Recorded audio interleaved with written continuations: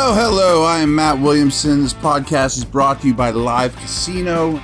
Folks, it's all going down at the FanDuel Sportsbook and Lounge at Live Casino, where you can get in on all the action this football season. Bet on your teams with a sportsbook rep or at our self-service kiosks, and then jump into the stadium on our giant 40-foot video wall. How's that for a touchdown? Join your friends at Live Casino Pittsburgh, Route 30 at the Westmoreland Mall. Bet, watch, and win. Gambling problem? Call 1-800-GAMBLER.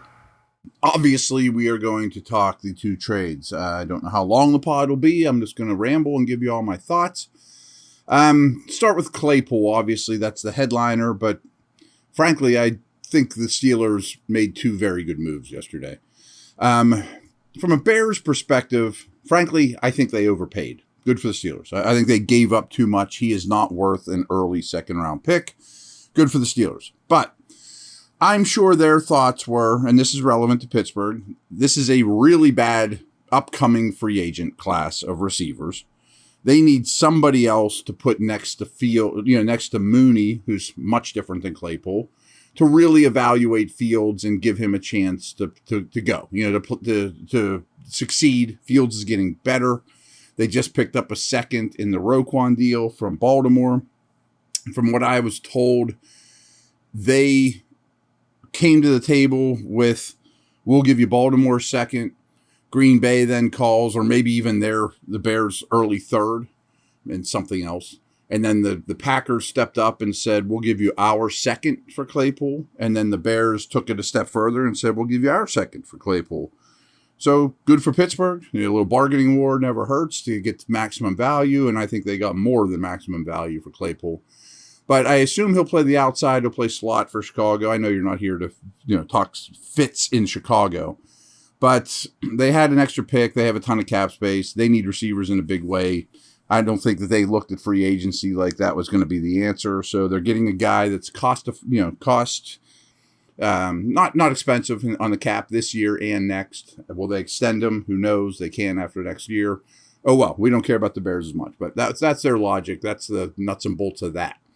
So Pittsburgh now, assuming theirs and the Bears season don't drastically turn around, are probably likely going to have 3 picks in the top 45.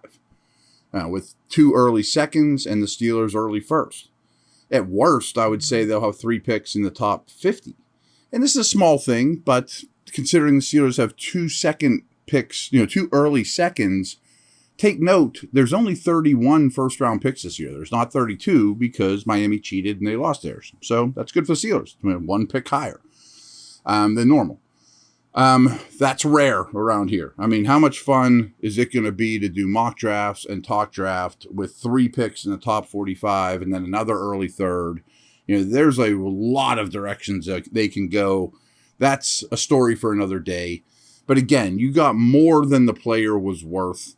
You weren't going to pay him a year from now. I hope most of you went back, if you didn't read it originally, and read my article from last week. I write 1 article a week. It usually comes out on Wednesdays. This week's article, by the way, came out today and is all about how difficult of road the Steelers have had. There's a lot of numbers involved. I think you'll like it. Go check it out. Last week's was, should they trade Claypool? I didn't know he was getting traded at the time. So that's relevant. There's a lot of thoughts in there. Now, the picks are great. Again, they got more than they should have for the player. And there is a little bit of an argument, though, and I made it in the article, that like Fields, aren't you developing the young quarterback too, and wanting to make his life as easy as possible? Well, I think the pick will do more than the player. Again, I think the Steelers maximize the value. I can't say that enough. So, rest of the way, we won't talk offseason, but what do you do about that third receiver's position? 2 guys that are injured would have been interesting. And that, of course, is Calvin Austin. He is done for the year. If you didn't know that, he will not play football this year. But that doesn't mean they don't like him. And big picture, it'd be great if they hadn't shut him down and you could at least see him for the last month of the season or something along those lines. The logistics didn't let that happen. Fair enough. You're not going to, but he's in the mix next year. Good.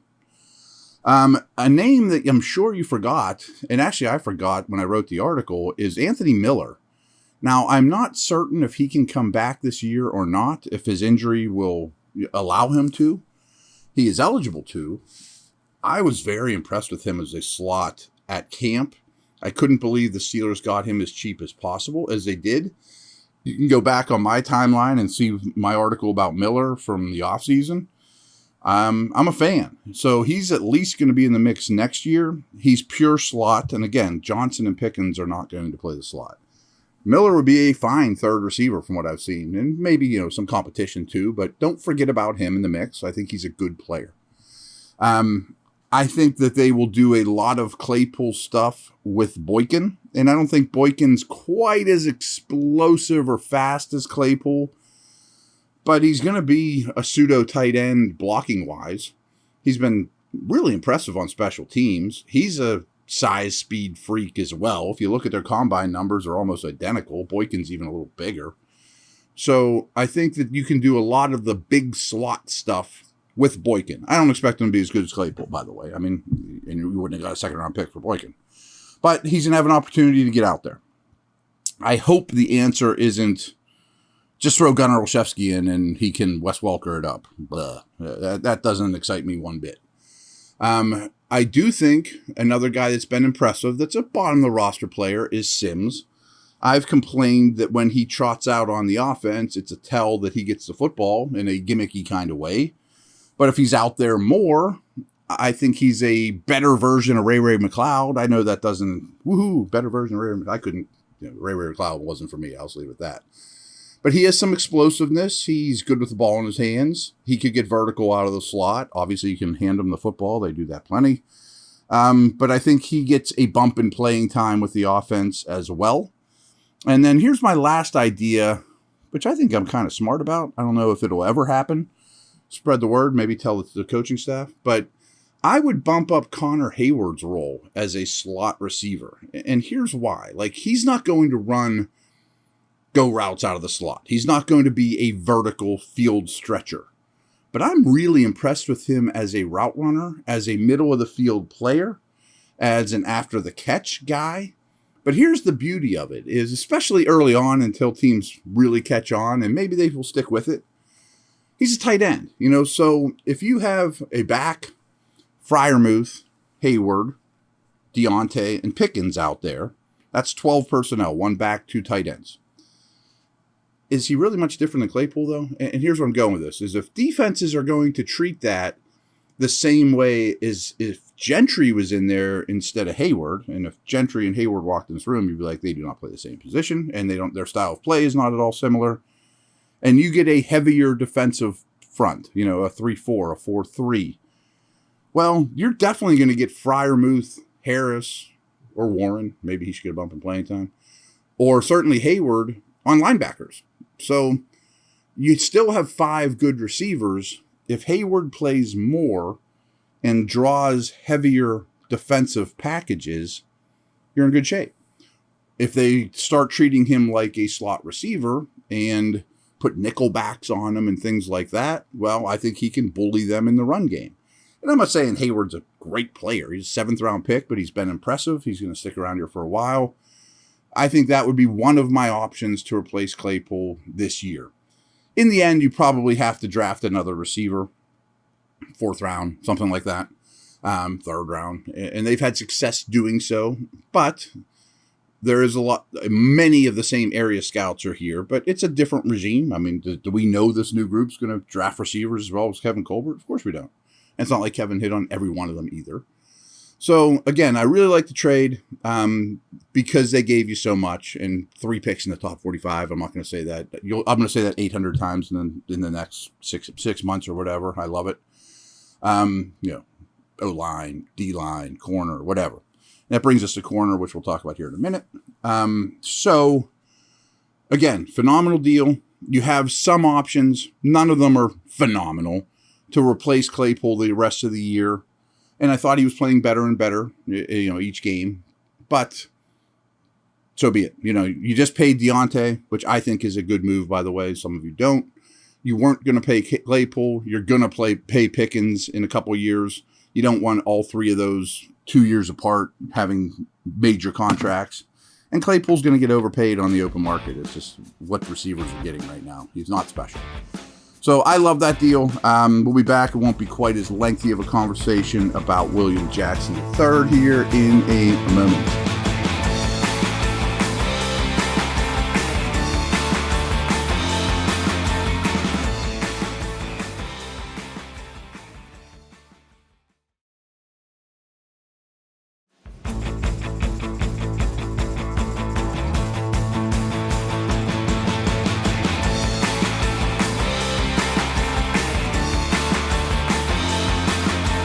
Why are the Steelers trading for a 30-year-old corner that makes a fair amount of money? Well, first of all, they really didn't trade for him. I mean, they gave up nothing. They swapped 6th and 7th picks 3 years from now or something. So they gave up as little compensation as you possibly can. So basically they said, Washington, you don't want him anymore. You're going to cut him. We'll take him off your hands. So there's no risk at all. If he stinks, you could cut him tomorrow. And it wouldn't hurt your cap or anything. Whether you decide to bring him back next year at his current cost, to be determined. You have half a season to figure that out. But from what I understand, and I feel very strongly about this is their history with William Jackson. They loved him coming out of school. Now, I understand he's 30 years old, and that was a long time ago. They had a huge cornerback need. They thought he had a real good chance to fall to him. He didn't. The Bengals snagged him right before the Steelers could pick. The consolation prize, if you recall, was Artie Burns. Bad consolation prize. Didn't work out. William Jackson would have been much better. And Jackson played very well for the Bengals during his rookie contract with Terrell Austin, Steelers defensive coordinator. So they loved him coming out of school. They played against him and game planned against him twice a year, if not more, with playoffs. And their current defensive coordinator coached him in Cincinnati, where he had his best years. So, in typical Bengals fashion, they did not pay him. He hits the open market, and for the time, got a very big corner contract. He was the most sought-after corner on the market 2 off seasons ago. And in very Washington-like manner, they were the ones that overpaid him, and they gave him too much money. That's why they're moving on from him now. Good for him. He got the deal. That's free agent woes. That's why shopping in free agency isn't the best way to build your team. The Bengals didn't bring him back because they're a little on the frugal side. Washington overpaid him because they're a little on the foolish side. So he didn't work out great in Washington. I mean, he had 2 years there. And I think it's safe to say he's a declining player. I mean, coming off his first contract, he was a big money guy. He was a CB1. And he's long, he's athletic, he's 6 foot, he'll get his hands on you, he'll mix you up, but he wasn't used great with Washington. And frankly, the back 7 of their defense for the last 2 years has made so many coverage errors, mental errors. People don't seem to be on the right page. They're not a great coach team, just to be frank. They rely on that front 4 that's loaded with first-round picks to get home, and the back 7 seems kind of lost, kind of misused. And that brings me to Jackson, too, and I think that's a big reason he wanted out, is he's best as a press man corner. They played a lot of zone with him, and if you go to Pro Football Focus, you'll see his numbers aren't great. I don't put a lot of faith in their numbers for defensive backs, to be honest with you.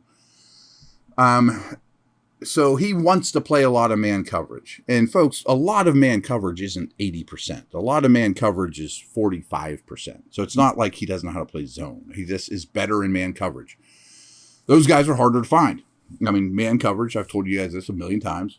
One of the first lessons I got when I was in the league was watch every snap of corners and receivers in press man coverage. There aren't many of them at the college level.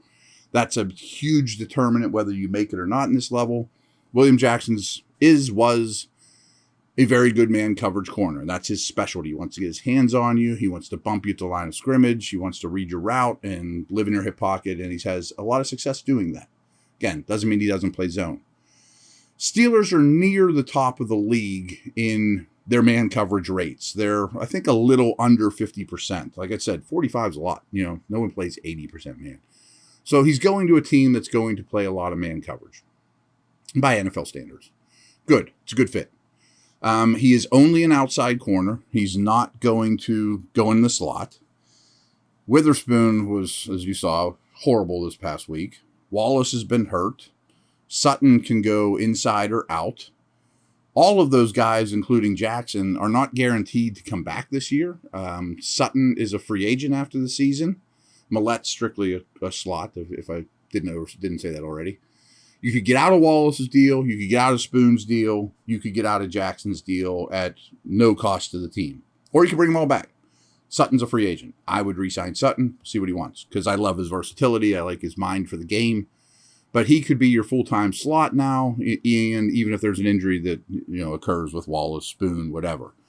I'm assuming, and I don't think they've announced this, that Jackson will come in and be an immediate starter on the outside. Probably at Spoon's expense, I would assume. I think you also have to mention Pierre. Pierre's played well. So all of a sudden, it's never a bad thing to have too many corners, too many offensive linemen, too many pass rushers. So now you have one extra corner. And again, it doesn't bode super well for Witherspoon, but I don't think his story's 100% written either. Wallace has been banged up. He hasn't been great. But I assume Jackson will come in Sunday against Saints, a week from now, and be one of the outside corners. I don't know who the other one will be in two corner situations. I'm guessing Sutton. I assume when you go to three corners, that hurts Millette, and Sutton will go to the slot. But they have a lot more options now. They can weigh all these guys that I just mentioned for next year. And it's a player they've loved and they've played against and they know a lot about. Now, he's 30. I'm sure he's declining. He's not a great corner now, but he's probably, I would say he's their best corner. I want to see him in black and gold and how they use him. But it wouldn't shock me if he's their best corner. Better than Wallace, better than Spoon. Different than Sutton. I don't say better or worse than Sutton, but different than Sutton. There are some Joe Hayden vibes here, though. I mean, former first-round pick that you played against a ton in the division, had success in the division, considered a high-quality guy. I don't know much about his character. Joe was an off-the-chart leader and all that good stuff. Hopefully the same's true. I don't know that for sure. But there's no risk. And you could let him go after the year. You could pick up his contract. You certainly have the space to do it if he's a success over this next couple months. Or you could rip up his contract and extend him. I'm sure he'll be happier here than he was in Washington. No one's happy in Washington. And it's a totally risk-free move. That's the thing. So another established corner that's been around the block, man coverage, has excellent traits.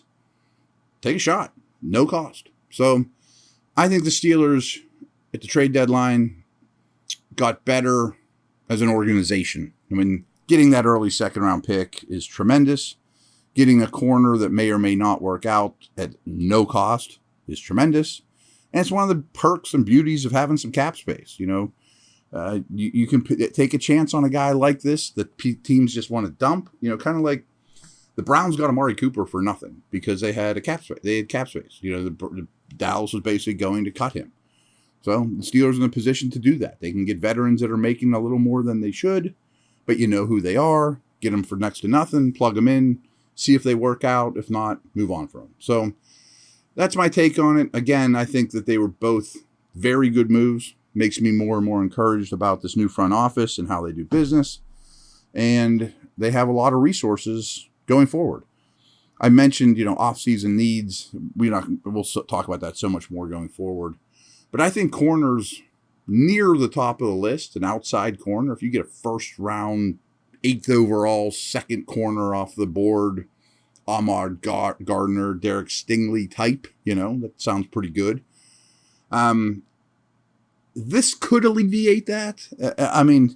Again, never a bad idea to have too many corners, but the way that they use the position, if they brought back the whole stable of corners that they have now, including Spoon, Wallace, Sutton, and Jackson, Pierre, Millette, I can live with that if these guys show pretty well the rest of the season. And that just means one more tackle you can draft instead of a corner or whatever, safety, whatever you want. So again, we'll talk off-season needs. That's not particularly important. The beauty is, boy, do they have resources to fill their off-season needs now. So good stuff. I am impressed with what they did at the deadline. Over and out.